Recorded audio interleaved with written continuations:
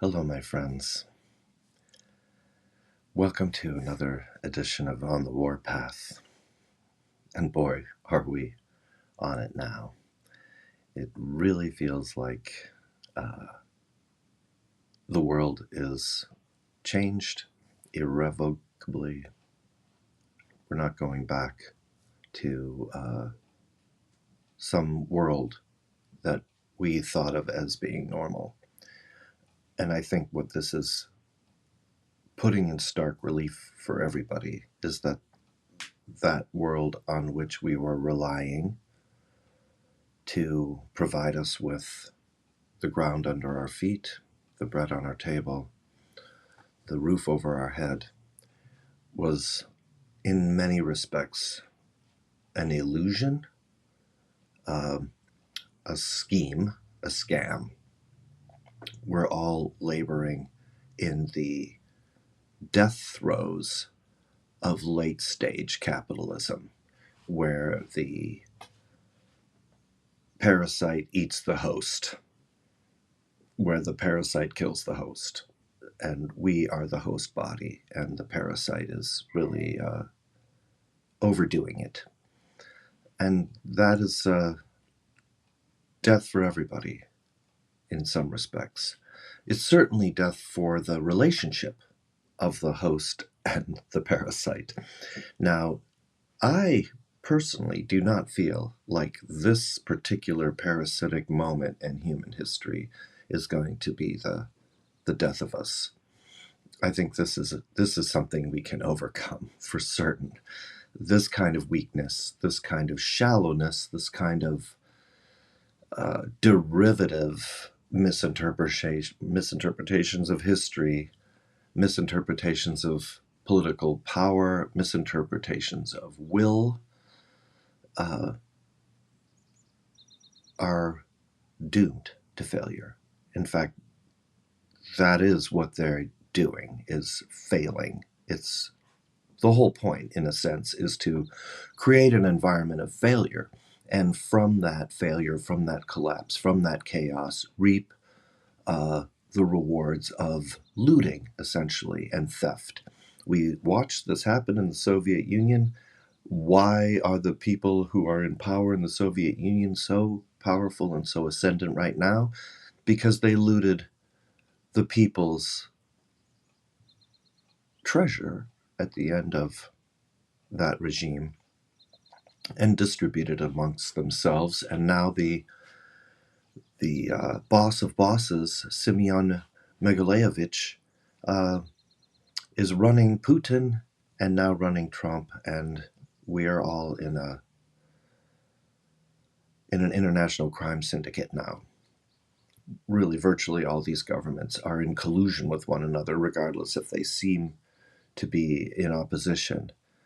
We now see, of course, much more blatant examples of how the most authoritarian and autocratic systems regard one another as allies. And there's a kind of a dividing up going on that's really alarming and makes the world feel as though it's teetering on the brink of world war. That's the point. That's the intent. The intent is to drive us in a sheep-like fashion. And what we're seeing is exactly what I talked about in the last video, a sense of people taking stock of how it is for them and speaking their minds. Many examples now of Republican constituents going to Republican town halls of representatives that are back home in their districts getting lambasted for the criminality that's openly taken over the Republican Party and is running the country and stealing from the people, stealing from us.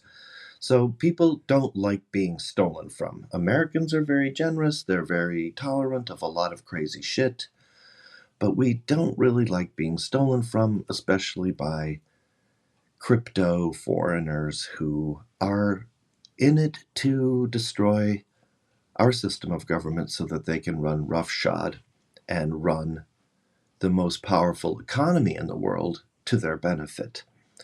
Now, we don't have to take that. We, the people, do have the power. We really do have the power.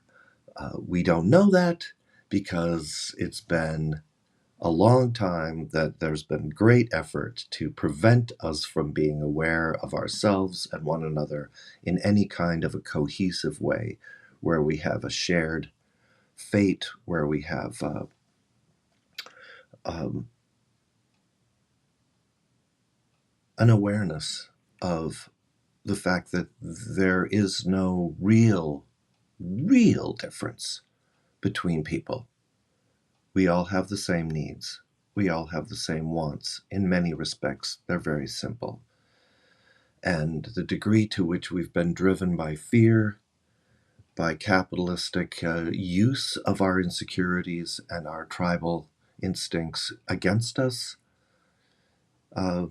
we operate in an environment where we tear at one another. And this is the result. We leave our flanks wide open to be ramrodded. So people are waking up because when the social contract is just rent asunder, the question becomes, what am I contributing to here? What's the deal? I worked hard and paid my taxes, and now those taxes are being used to fund policing operations in my community, threaten my representatives, threaten various members of my community, threaten me. Our money is being used to police us, threaten us. It's being stolen from us and stacked up in somebody else's bank account. Yeah, that's exactly what's happening. So I said in our last get together that I would be talking about what we can do. Well, once we recognize that we, the people, control the power of our cooperation and our contribution to the system, then we become a unit that cannot be defeated, because this whole thing relies on us buying in. There's already talk of withholding taxes, of tax revolt. There's talk. Finally, people are starting to recognize that the idea of various kinds of strikes needs to come into play. Marching, demonstrating, presence in the streets, loud voices, letters, phone calls, town halls, outrage, talking to your neighbors, all very good. But until we recognize that we control the purse, not Congress, not the executive, us, that's our money, that's our labor, those are our taxes. We control that. And the way we control it is by withholding it. There's already been actions of a day without a Mexican in varieties of places, and certainly in my community there's been action on that level, trying to remind people that we are entirely reliant on our immigrant community members and their hard work. Entirely reliant. Don't kid yourself. The white boys are not coming to your rescue. They're coming to steal from you, because that's what they've been trained to do. They haven't been trained to pick crops. They haven't been trained to fix your car. They haven't been trained to take care of your grandma. They've been trained to steal. And that's what they're doing. Now, I don't blame all the young white boys, but there's a lot of young white boys out there that are getting the wrong idea. So we're not going to give the young white boys roughshod access to our tax returns, to our health records, to our dignity. So in order to maintain our dignity as people, we will not bend the knee. We will not cower. We will not bow down. We are not craven. We are not cowards. We are not afraid. Together, we needn't be. We have all the power. A general strike is a very difficult thing to do because we have to see one another as sharing a fate and sharing the suffering and sharing the success of our action. We have to feel that sense of oneness that comes from understanding that these enemies do see us as one. They see us all beneath them, one large mass beneath them, serving their needs, serving their kleptocratic desires. This is an environment of greed. It's not an environment of insecurity, of financial difficulty, of international conflict. It's an environment of pure evil greed. And people believing that it's okay to take what they can. That is a broken social contract. That is a place in which people no longer feel secure. That is a place in which you can convince somebody to go across the border and steal washing machines and toilets because you don't have any at home.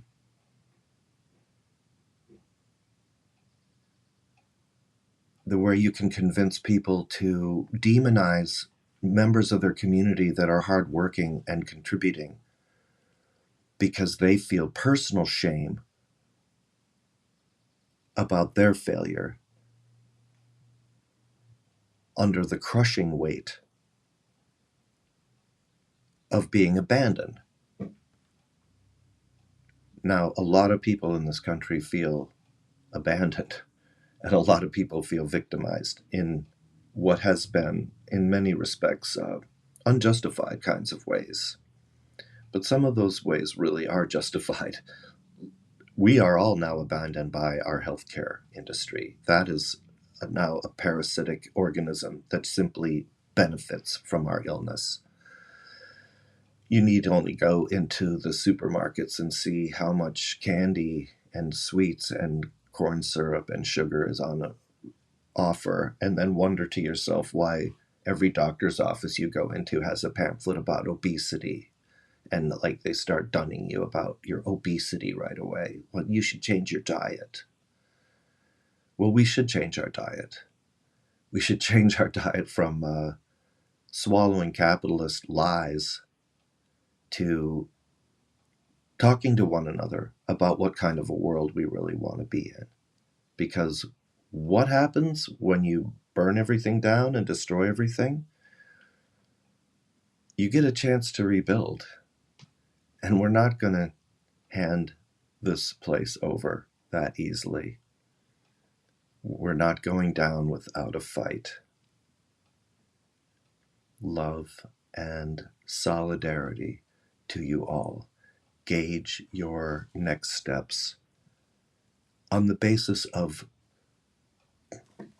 sharing what you're going through and asking for guidance and looking for community and looking for common direction. We're going to move together, but that means we need to talk to one another. So find ways to talk to one another about how we're going to move, because we're going to move. We're going to move. Love you. Love you.